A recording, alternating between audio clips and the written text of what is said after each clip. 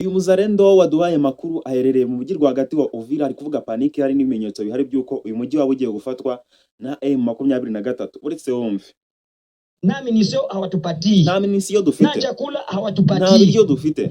Sasa mwe benye mko pale karibu na rais, tufanye aye? None mwebwe murumva twakora iki? Tufanye aye? Dukora iki? Fasi nyingi adui ndo nazibloke, ibice byose adui fasi yabiborotse, nyingi adui ndo anabloke, inzira zose zisigaye adui yamaze kuziboloka. Mtuambie, mutubwire, mtuambie, nimutubwire.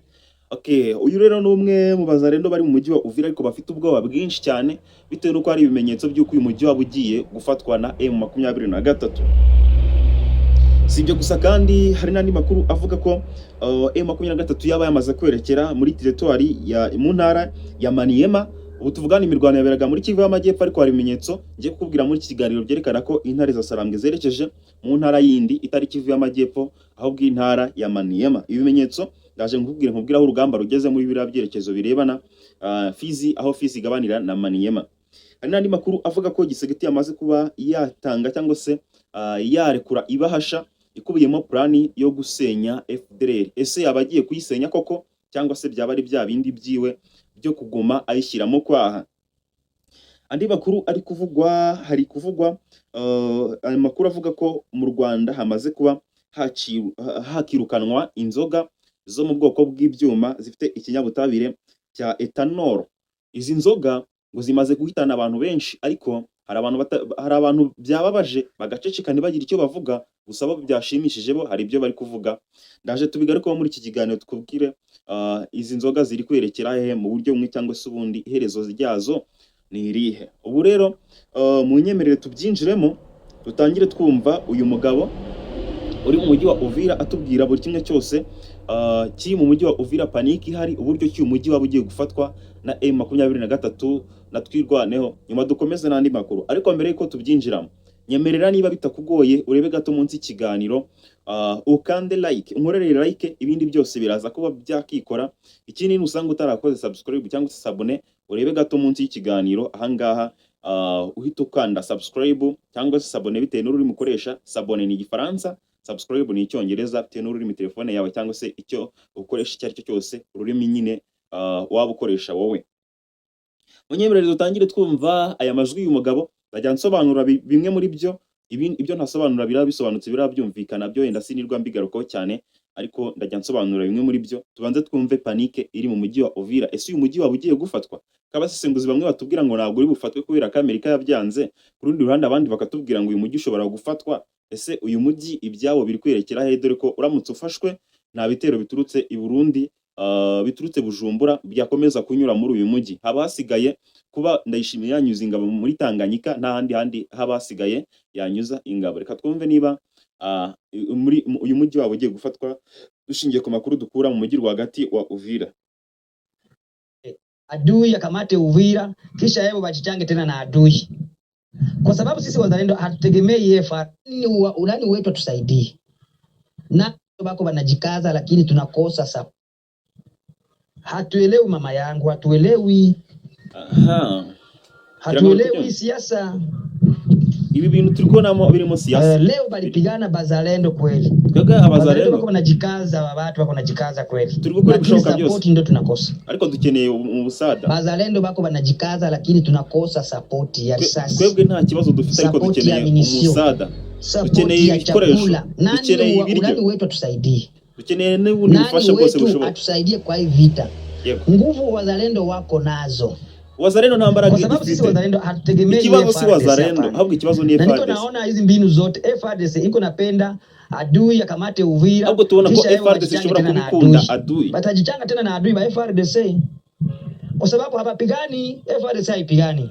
FARDC irimira rwanyisha. Sisi wazalendo sisi wenyewe tu. Ikibazo si wazalendo. Na hawatupatii. Na bikoresho dufite. Na chakula hawatupatii. Na ibyo dufite. Sasa mwe benye mko pale karibu na rais, sasa mwebwe murumva twakora iki? Tufanya dukora iki? Fasi nyingi adui ndo nazibloke. Bice byose adui yamaze kuyiboloka. Fasi nyingi adui ndo inzira zose adui yamaze kuzifunga. Mutubwire.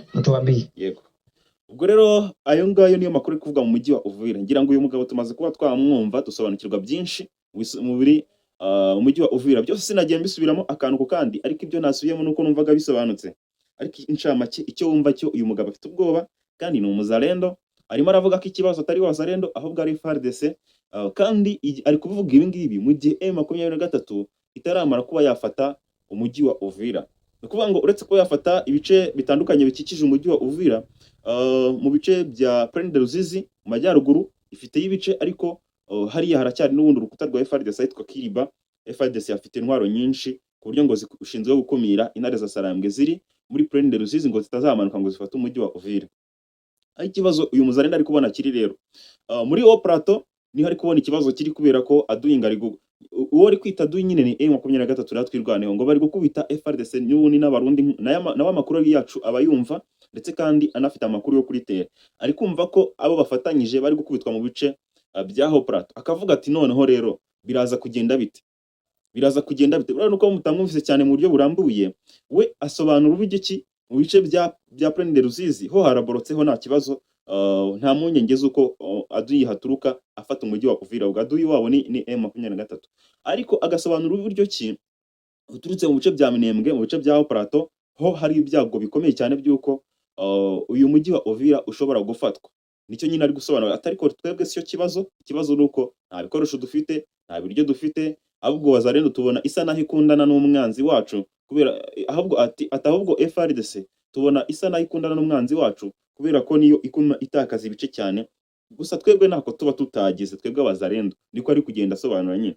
Urumva ko rero wavuga ko umujyi wa Uvira waba ugiye gufatwa, ashobora kuba ku ruhande rumwe yaba atibeshye, kubera ko urumva ko ubwoba iyo bwahamaze kuhagera. Muri ubushize ubwo wafatwaga habanje hagera ubwoba, abapaninga ikomeye cyane, abakekwa babona umuntu yitambukiye bakamuta muri yombi cyangwa se bakamwica, bavuga ati ni M23, birangira binatumye M23 yaraje ihita ifata uwo mujyi. Iki gihe abanyamerika baza kuyisaba ngo niba koko ishaka amahoro idashaka ubutaka atari cyo irwanira, nirekure umujyi wa Uvira babone kwifashaka amahoro. Yarawurekuye, hanyuma FARDC igumishoza y'intambara, none yabasubiranye inyuma, bisa naho noneho cya cyerekezo cyo gusubira inyuma yamaze kuba yagishyira ku ruhande, ahubwo tuvugana igikurikiyeho ni imirwano gusa. Ubu hari n'andi makuru nababwiyeho avuga ko yaba yerekeje muri territoire ya Maniema no mu bindi byerekezo bigiye bitandukanye. Cyo nakubwira cyo uyu mujyi wa Uvira uririwe nturaye, bari ko mvuga kandi muzumva, nzababwira ko nari narababwiye. Hari ibintu byinshi babwira mukavuga muti na yawe, ariko hari ibintu muzagenda mubona ababwira nti nari narababwiye. Urabona ko rero paniki yabaye umujyi, urumva uyu muzalendo azabasha gufata intwaro akarwanya M23 bwizaba yinjiye mu mujyi wa Uvira. Urumva ubwo bafite, kandi se we wenyine nuko yenda ari ubasha kuvuga, ariko bara n'abaFARDC barufite n'abarundi barabufite. Birumvikana, ntabwo niba bahuriye muri coalition imwe akabona coalition yabijegajega agomba kugira ubwoba, kandi we aranatabaza, abandi barabugira bakanaceceka ngo batabaseka. Ariko urumva ko we yikuyemo iby'isoni, asobanura byose ku ntege nke z'icyama arimo. Urumva rero ko ibintu biba bitoroshye ku ruhande rumwe cyangwa se mu buryo bumwe cyangwa se ubundi. Gusa hari n'andi makuru avuga ko M23 yamaze kuba yarwana irenga secteri ya Rurenge iherereye muri territoire ya Fizi. Urumva ukuntu urugamba rwakomeye, kandi iharenga ihakuye ingabo za FARDC, ihakuye ingabo z'abarundi, ihakuye ingabo zirimo aba FDLR n'abazalendo, kandi muri FARDC zahavuye harimo na Hibu Special Force ya FARDC ari mu bice bya Rurenge. Ibyo birarangira ikomeza n'utundi duce dutandukanye two muri Rurenge turimo Kabanju, Kimete. Aha hose M23 yahanyuze irwana. Ubu tuvugana noneho yamaze no kuba yakambuka umugezi wa Rwiko. Kwambuka umugezi wa Rwiko si bivuze ko ibice byose bya Rurenge byafashwe, ahubwo nuko yamaze kuba yagera nyine ku mupaka, iri kureba nyine imisozi iri strategique, yo nta mipaka irebaho runaka, ahubwo yose yambuka uyu mugezi wa Rwiko. Ahubwo niho nyine Fizi, territoire ya Fizi igabanira n'intara ya Maniema, ntiyanira urubibi n'intara ya Maniema. Ahangaha M23 batwirwanaho bamaze kuba bahagera. Abantu bamwe bakavuga ati se baba bagiye kwinjira mu ntara ya Maniema, abandi bati se baba bari gufungira ahangaha bakongera bagafata ibindi bice bitandukanye byo muri Rurenge. Ariko intara ya Maniema, iki gice gituranye bamaze kuba bakozaho imitwe y'intoki, ni igice cyitwa territoire ya Kamambare, Kabambare. Iyi territoire ya Kabambare ni territoire yo mu ntara ya Maniema, ntabwo ari intara ya Kivu y'Amajyepfo. Intara ya Kivu y'Amajyepfo bamaze kuba baharenga, berekeje mu ntara ya Maniema. Hari ibice bamaze kuba navuga ko bakojejeho ibirenge, nyine ibice bya Kabambare.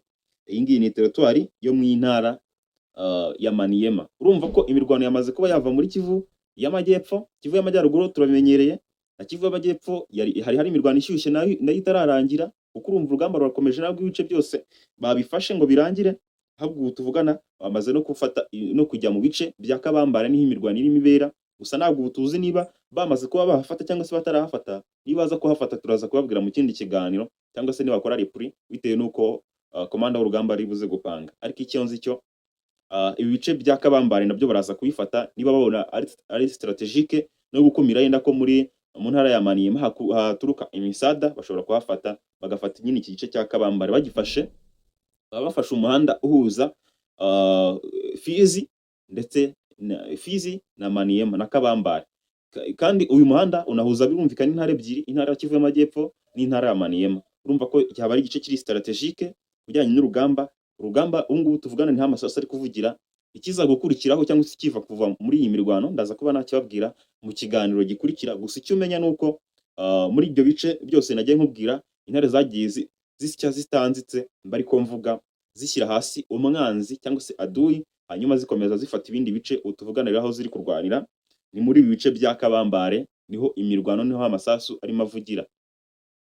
Abasaza bo muri Kabambare, muri biriya bice bituwe n'Abafurero, hari abasaza bubashywe cyane baba barubatse imiryango minini, bafite ibigwi ku bijyanye n'ubupfura, kubana neza n'abandi, ariko banafite imyaka y'ubukuru yo hejuru. Aba basaza rero bamaze kuba bandika ibaruwa babwira za Wazalendo, babwira FRDC, bababwira ngo mwaratubeshye ngo muzaturinda, ngo iyi ntara ya Maniema ngo ntabwo izagerwamo n'imirwano. None ubu tuvugana turi kubona ko mwatubeshye. Ko kugira ngo twebwe ntabwo dushaka imirwano hano iwacu, nko kugira ngo habe imirwano nimushyire intwaro hasi, cyangwa se muve mu ntara yacu musubire mu ntara ya Kivu y'Amajyepfo, kubera ko twebwe iwacu dushaka amahoro, ntabwo dushaka imirwano. Abasaza bikundira amahoro, ntabwo bashaka guhungana n'abuzukuru, ntabwo bashaka kuzingutura ngo birukanke, bikundira amahoro. Barimo barabwira za Wazalendo na za FRDC, ntidushaka ko murwanira ahangaha. Aba bantu kuko twabonye ko babarusha imbaraga, nimubareke baze, hanyuma mwebwe muvemo mugende.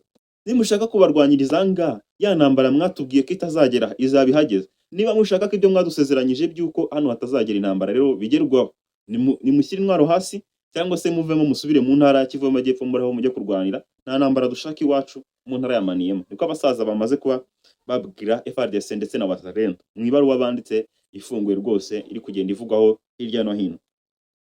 Sibyo gusa kandi Gisegeti yatanze ibahasha irimo plan yo gusenya FDLR. Abantu bakibyumva bose bavuga ati se Gisegeti noneho yabagiye gusenya FDLR, cyangwa kwa bari kwa kundi ko kubeshya, barabeshya ngo agiye kuyisenya, akohereza abashinzwe ingabo ngo dusenye FDLR, ahubwo bakayiganiriza, ahubwo bakarushaho kuyiha intwaro, kuyiha ibikoresho. Iyi baruwa cyangwa se ibahasha Gisegeti yatanze yari irimo ibaruwa yayihaye minisitiri w'iterambere ndetse n'ubufatanye mu by'akarere, yitwa Floribert Anzuluni, niwe wafashe iyi bahasha. Floribert Anzuluni yavuze ko we ubwe yamaze kwakira ibahasha ya Gisegeti ikubiyemo plan yo gusenya FDLR, ndetse kandi yanavuze ko yavuze nyine byinshi byanditse mu iyi bahasha, ariko icyo ngira ngo ngarukeho cyane ni ukuvuga ngo FDLR gahunda ihari Gisegeti yafashe, ngo yamaze kuganira nayo, ababwira ko bagomba gutaha iwabo mu Rwanda, ariko ngo badashaka gutaha mu Rwanda ngo bagomba kujya mu bindi bihugu. Ibyo bihugu harimo Angola ndetse na Congo Brazzaville. Ese Gisegeti bigaragara ko mu ibaruwa icyo ndayumvisemo, arashaka ko abatarakoze ibyaha baza kuba bajyanwa mu Rwanda, hanyuma abafite ibyaha bashinjwa bakaba ari bo bajyanwa mu bihugu bindi birimo Angola ndetse na Congo Brazzaville. Gusa Congo Brazzaville we nta kintu baravuga, ariko muri Angola bamaze kuba batera utwatsi. Twebwe ducumbikira abanyabyaha, abahemukiye ikiremwa muntu mu rwego rw'isi, tubacumbikira. Bamaze kuba babitera utwatsi bagaragaza ko badashaka kwakira aba FDLR, kubera ko bamaze gusobanukirwa yuko abagiye kuza ari abanyabo bakoze ibyaha. Hanyuma b'imyaka mikeya bamwe baje bavutse byararangiye, bakabwirwa u Rwanda bamwe batanarubayemo cyane, abo ngabo nibo yenda bashobora gutaha, kubera ko bazajyanwa imutobo hanyuma bahabwe amabwiriza, bahabwe uburyo ki bagomba kubana n'abandi baturage b'abanyarwanda muri sosiyete muri rusange. Bibera n'ubundi mu bice bitandukanye bikorerwamo ibiganiro bihabwa abantu bahoze mu nyeshyamba za FDLR.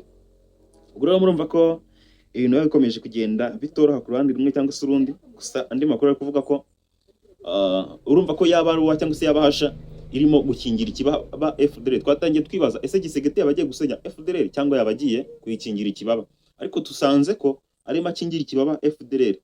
We aremera ko aba FDLR bamwe batakoze ibyaha, ababikoze noneho ntabwo yatandukanyije ngo ababikoze, ariko bigaragara ko ubwo yashatse ko bamwe bajya mu bindi bihugu, arashaka ko ababikoze ibyaha kugira ngo badahanwa, batajyanwa mu rukiko mu butabera, kugira ngo badashyirwa imbere bagasobanura ibyaha bakoze.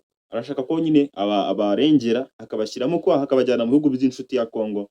Nyine nicyo kisobanutse. Ni ukuvuga ngo mu magambo make ntabwo Gisegeti ashaka gusenya FDLR nk'uko yabishyize mu ibahasha avuga ko ari ugusenya FDLR. Gusa mu magambo hari n'amagambo yanditsemo avuga ngo gusenya FDLR si ukwica, ahubwo ni ugusenya nyine uwo mutwe n'ibyo bitekerezo n'iki. Ariko nyine birasobanutse ko Gisegeti ntabwo ari gushaka ngo FDLR isenywa, ahubwo arashaka ko irushaho kugira imbaraga ikajya mu bindi bihugu ahubwo bitari na Kongo. Birumvikana mu buryo bumwe cyangwa se ubundi. Ubwo rero urumva ko u Rwanda rwo rugomba ruvuga, dusubire muri CONOPS, mu masezerano ya CONOPS, turebere hamwe ukuntu ibintu byifashe. Nduwingire niko akunda kuvuga, mwavuze ko mugomba gusenya FDLR, natwe tugakoranye ingamba z'ubwirinzi. Ariko urumva ko ibanga Gisegeti yasigaranye ko kugira ngo agaragaze ko yasenye FDLR, abimurire mu bihugu by'inshuti azanabagarure wenda nyuma u Rwanda rwamaze gukuraho ingamba z'ubwirinzi. Muri kumva akantu karimo, ari kugaragaza ko FDLR ivuyeho, igiye kuvaho, hanyuma bamwe bagiye mu bihugu bimwe, abandi baje mu Rwanda. Ibyo ni birangiye, u Rwanda rukuraho ingamba z'ubwirinzi. Nirumara kuzikuraho, babandi bagiye mu bihugu by'inshuti ya Kongo, abo muri Angola na Congo Brazzaville, bahite bongera bagaruke. U Rwanda rwamaze gukuraho ingamba z'ubwirinzi, baruhengere. Nicyo Gisegeti bisa naho ari gushaka, nk'uko abasesenguzyi bamwe bari kugenda babigaragaza uburyo bumwe cyangwa se ubundi. Rero murumva ko ibintu biba bitoroshye. Gusa mu Rwanda inzoga zo mu bwoko bw'ibyuma, zimwe zitwa gin, zifite amazina yose ukajya urenzaho gin, ziriya zamaze kuba zakirukanwa mu buryo bumwe cyangwa se ubundi. Amakuru dukura ku bayobozi bakuru, umuyobozi wa polisi niwe wivugiye ati rwose Minisante yaradutabaje, yaratubwiye ngo nimudutabare, abantu barapfuye. Minisante n'urwego rushinzwe nyine ubuzima cyangwa se ubuvuzi, yatangaje ko abarenga 100 bahumye kubera zino nzoga z'ibyuma. Nkuko nyine urumva kuko bashinzwe ubuvuzi bafite amakuru, abarenga 50 bamaze gupfa mu byerekezo bitandukanye by'igihugu. Hanyuma ngo bafite n'abandi bantu barwaye impyiko ku buryo bukomeye cyane, barenga 20 b'imyaka mikeya, bari munsi y'imyaka 25. Umupolisi yakoresheje ijambo ngo babana barwaye impyiko ku buryo bukomeye cyane, ku buryo nabo bashobora gupfa kubera zino nzoga z'ibyuma. Bityo rero ngo Minisante yarababwiye ngo polisi nimudutabare, muhagarike ibi bintu biri kwica abantu, cyangwa se nimwumva bibananiye mutubwire, twitabaza ingabo z'igihugu zidutabare, kuko ntabwo twaguma kurebera abantu bapfa. Niyo mpamvu rero yo kuba inzoga zimwe z'ibyuma zamaze kuba zakirukanwa mu gihugu bitewe n'iki kinyabutabire cya ethanol. Ikinyabutabire cya ethanol ni ikinyabutabire akenshi gituruka mu Buhinde, kiza mu bwato kikaza mu magunguru gifite na barafu n'iki. Ariko iki kinyabutabire gikoreshwa uretse nyine mu nganda z'inzoga, iki kinyabutabire gikoreshwa mu buvuzi bakora ibinya, gikoreshwa mu basiga amarange, abazi tinere yifashishwa mu gufungura irange, nayo igira iki kinyabutabire cya ethanol. Iki kinyabutabire cya ethanol, inzoga kirimo ushobora kuyicanisha imbabura, ugasuka ku makara ukarasira mu mwambi, umuriro ukaka. Iyo nzoga nijya mu nda y'abantu, mu gifu cy'abantu, igahita inyarukira mu bwonko. Hari abantu benshi bishwe n'ibyuma bitewe no gutega. Umuntu akavuga ati dutege nk'ibyuma 5 mu isaha imwe, nimba imara amafaranga ya naya arajya kuri umwe muri abo, cyangwa se nintabimara nyine biragenda gutya. Abantu bagatega benshi mu gihugu, abenshi ngo bishwe n'integano. Noneho umuntu akajya hariya ntiyariye, yanyweye isigara cyangwa se itabi, arangije agiye kurenzaho ibyuma, aranyweye ibyuma 5 ayisagarama hariya. benshi ngo mu bakarani bagaragara iyo bamaze gutwara imizigo yabo bari gusoma gake gake, ngo bagaragara babaye nk'imirambo, bagaragara bose bagaramye ku mizigo cyangwa se ku mifuka, ahubwo bayigiye hejuru kubera ko imbaraga zabaye nkeya, bamaze gutama agacupa. Rimwe na rimwe ngo hari abantu batuma bakarani ibintu akayoga kamara kubageramo ntibabigeze iyo bigomba kujya. Kubera iki? Cya kinyabutabire cya etanol kiri muri izi nzoga zifite amazina atandukanye ariko hiyongeraho ngo gin. Zinamamazwa ku mbuga nkoranyambaga, ariko tuvugana nabonye bamwe mu bazamamaza batangiye kubihagarika, kandi n'amasantere amwe n'amwe yo mu bice mbasha kugezamo amaso n'amatwi, mbasha kumva amakuru, maze kumva ko izi nzoga z'ibyuma bamaze kuba bazisohora mu tubari. Sinzi ngo ziri kujya hehe, niba bari kujya kuzimena, niba bari kuzijyana mu bice by'icyaro ngo bazabicuruze fraude, aho yenda inzego zizagera nyuma gatoya, simbizi. Gusa uko byagenda kose mwazijyana mwagira ute, inganda kuva zafunze ntabwo muzongera kurangura, izo nizo za mbere n'iza nyuma, kubera ko birumvikana ko ziri kugenda zica abantu. Aya niyo makuru ari kuvugwa mu Rwanda, nayo ntabwo twari kuyasiga kuko ni amakuru agezweho kandi mashya muri aka kanya, nk'uko nabibabwiye muri titre mbabwira ngo amakuru mashya ya 23 u Rwanda iki ibintu byose, kugira ngo iby'ibanze bigezweho muri aka kanya mbashe kuba nabikubwira. Njyewe nitwa Baraka, nyemerera duhurire mu kindi kiganiro. Niba wakanze like, wakoze subscribe, ugahita ufungura n'akazogera, biraza koroha cyane ko duhurira mu kindi kiganiro aho turebera hamwe andi makuru agezweho. Ndakwifuriza no kugira amahoro y'Imana.